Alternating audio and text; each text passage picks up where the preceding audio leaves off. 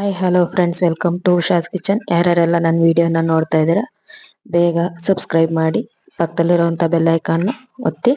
ನಾನಿವತ್ತು ನಿಮಗೆ ಹೆಣ್ಗಾಯಿ ಪಲ್ಯ ಹೇಗೆ ಮಾಡೋದು ಅಂತ ಕೊಡ್ತಾ ಇದ್ದೀನಿ. ಹಾಗಿದ್ರೆ ಬನ್ನಿ ಹೆಣ್ಗಾಯಿ ಪಲ್ಯ ಹೇಗೆ ಮಾಡೋದು ಅಂತ ನೋಡೋಣ. ನಾನಿಲ್ಲಿ ಗ್ಯಾಸ್ ಸ್ಟವ್ನ ಆನ್ ಮಾಡಿ ಒಂದು ಬಾಣಲಿನ ಇಟ್ಕೊಂಡು ಅದಕ್ಕೆ ಒಂದು ಲೋಟದಷ್ಟು ಕಡಲೆ ಬೀಜನ ಹಾಕೊಂಡು ಹುರ್ಕೊಳ್ತಾ ಇದ್ದೀನಿ. ಕಡಲೆ ಬೀಜನ ನಾವು ಚೆನ್ನಾಗಿ ಹುರ್ಕೋಬೇಕಾಗುತ್ತೆ. ನೋಡಿ, ಈ ಥರ ಸ್ವಲ್ಪ ಕೆಂಪಗೆ ಆಗುತ್ತೋ ಹುರ್ಕೊಳ್ಳೋಣ. ಅದನ್ನು ಸ್ವಲ್ಪ ಪಕ್ಕದಲ್ಲಿಟ್ಟು ಆರೋಕ್ಕೆ ಬಿಡೋಣ. ನಂತರ ಇಲ್ಲಿ ಬದನೆಕಾಯಿನ ನೀರಲ್ಲಿ ಹಾಕಿ ತೊಳ್ಕೊಂಡು ಹೆಚ್ಕೊತಾ ಇದ್ದೀನಿ. ನೋಡಿ, ಈ ಥರ 4 ಮೂಲೆ ಕಟ್ ಮಾಡಬೇಕು. ಒಗ್ಗರಣೆಗೆ 2 ಈರುಳ್ಳಿನ ಹೆಚ್ಕೋಬೇಕು. ನಂತರ ನಾನಿಲ್ಲಿ ಆರಿರೋಂಥ ಕಡಲೆ ಬೀಜನ ಜಾರಿಗೆ ಹಾಕೊತಾ ಇದ್ದೀನಿ. ಅದಕ್ಕೆ ಸ್ವಲ್ಪ ಕರಿಬೇವು, ಒಂದು ಬೆಳ್ಳುಳ್ಳಿ, ಒಂದು ಗೆಡ್ಡೆ ಬೆಳ್ಳುಳ್ಳಿ, ನಂತರ ಒಂದು ಹುಣಸೆಹಣ್ಣು, ಸ್ವಲ್ಪ ಜೀರಿಗೆ, ನಂತರ ಒಂದು ಅರ್ಧ ಟೇಬಲ್ ಸ್ಪೂನ್ ಅಷ್ಟು ಬೆಲ್ಲ ಹಾಕೊತಿದ್ದೀನಿ, ಆರ್ಗ್ಯಾನಿಕ್ ಬೆಲ್ಲ. 1.5 ಸ್ಪೂನ್ ಅಷ್ಟು ಖಾರದ ಪುಡಿ, ಖಾರದ ಪುಡಿ, 1-2 ಸ್ಪೂನ್ ಅಷ್ಟು ಸಾಂಬಾರ್ ಪುಡಿ, ಮತ್ತೆ ಇಲ್ಲಿ ಇನ್ನೊಂದು ಅರ್ಧ ಸ್ಪೂನ್ ಅಷ್ಟು ಸ್ವಲ್ಪ ಅರಿಶಿನ ಪುಡಿ. ನಂತರ ಇದನ್ನ ರುಬ್ಕೊತಾ ಇದ್ದೀನಿ. ನೋಡಿ, ಗ್ರೈಂಡ್ ಆಗಿದೆ. ಪೂರ್ತಿ ನುಣ್ಣಗಲ್ಲ, ಸ್ವಲ್ಪ ತರಿ ರೀತಿ ರುಬ್ಕೊಳ್ಳಿ. ಇದನ್ನ ಒಂದು ಬಾಣಲಿಗೆ ಹಾಕೊತಾ ಇದ್ದೀನಿ. ಇದಕ್ಕೆ ಒಂದು ರುಚಿಗೆ ತಕ್ಕಷ್ಟು ಉಪ್ಪು ಹಾಕೊಳ್ಳಿ.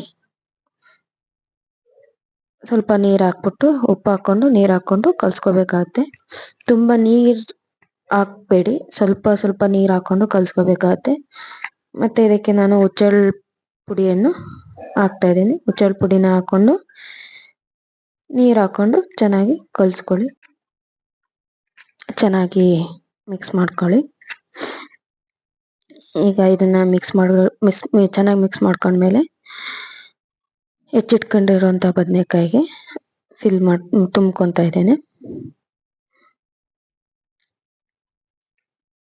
ನಾನಿಲ್ಲಿ ಒಂದು 2 ಆಗೋಷ್ಟು ಮಾಡ್ಕೊತಾ ಇದ್ದೀನಿ. ಈಗೇನು ಫಿಲ್ ಮಾಡಿ ಉಳಿದಿರುವಂತಹ ಇದನ್ನ ನೀರು ಹಾಕೊಂಡು ಚೆನ್ನಾಗಿ ಕಲಸಿ. ಈಗ ಗ್ಯಾಸ್ ಸ್ಟವ್ ಆನ್ ಮಾಡಿ ಒಂದು ಬಾಣಲಿನ ಇಟ್ಟು ಎಣ್ಣೆ ಹಾಕೊತಾ ಇದ್ದೀನಿ. ಎಣ್ಣೆ ಜಾಸ್ತಿನೇ ಹಾಕೊಳ್ಳಿ, ಯಾಕಂದ್ರೆ ಇದಕ್ಕೆ ಅದೇ ರುಚಿ. ಸ್ವಲ್ಪ ಸಾಸಿವೆ ಜೀರಿಗೆ ಹಾಕ್ತಾ ಇದ್ದೀನಿ.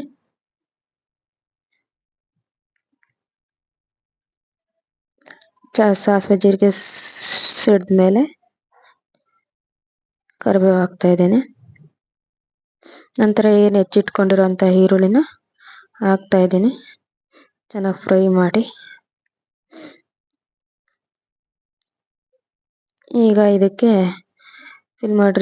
ತುಂಬಿಟ್ಟಿರುವಂಥ ಬದನೆಕಾಯಿನ ಹಾಕ್ತಾ ಇದ್ದೀನಿ. ಸ್ವಲ್ಪ ಹೊತ್ತು ಕೈ ಆಡಿ ಎಣ್ಣೆಯಲ್ಲಿ ಫ್ರೈ ಆಗ್ಬೇಕದು ಬದನೆಕಾಯಿ. ಈಗ ಚೆನ್ನಾಗಿ ಫ್ರೈ ಆಗಿದೆ. ಈಗೇನು ರಸನ ಅದನ್ನ ಕಲಸಿಟ್ಕೊಂಡಿರ್ತೀರಲ್ಲ, ಅದನ್ನ ಇದಕ್ಕೆ ಹಾಕ್ಬೇಕು. ಅದಕ್ಕೆ ಇನ್ನೊಂದು ಸ್ವಲ್ಪ ನೀರು ಹಾಕಿ ತೊಳೆದ್ಬಿಟ್ಟು ಇದಕ್ಕೆ ಹಾಕಿ ಹಂಗೆ ಕೈ ಆಡಿ.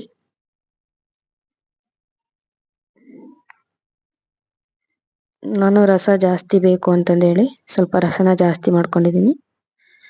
ನೋಡಿ, ಈಗ ಕುದಿಯೋಕ್ಕೆ ಸ್ಟಾರ್ಟ್ ಆಗಿದೆ. ಚೆನ್ನಾಗಿ ಕುದಿಬೇಕು. ಒಂದು ಮುಚ್ಚಳ ಮುಚ್ಚಿ ಸ್ವಲ್ಪ ಹೊತ್ತು ಆದಮೇಲೆ ನೋಡಿ ಚೆನ್ನಾಗಿ ಕುದ್ದಿದೆ ಅಂತ. ಚೆನ್ನಾಗಿ ಕುದ್ದಿದೆ ನೋಡಿ. ಈಗ ತುಂಬ ರುಚಿಯಾದಂತಹ ಎಣ್ಗಾಯಿ ಪಲ್ಯ ರೆಡಿಯಾಗಿದೆ. ನೀವು ಮನೆಯಲ್ಲಿ ಮಾಡ್ಕೊಳ್ಳಿ. ಇನ್ನೂ ಹೆಚ್ಚಿನ ವಿಡಿಯೋನ ಮಾಡೋಕ್ಕೆ ಟ್ರೈ ಮಾಡ್ತೀನಿ. ದಯವಿಟ್ಟು ನನ್ನ ಚಾನಲ್ನ ಲೈಕ್ ಮಾಡಿ, ಸಬ್ಸ್ಕ್ರೈಬ್ ಮಾಡಿ, ಶೇರ್ ಮಾಡಿ. Thank you. ಬಾಯ್.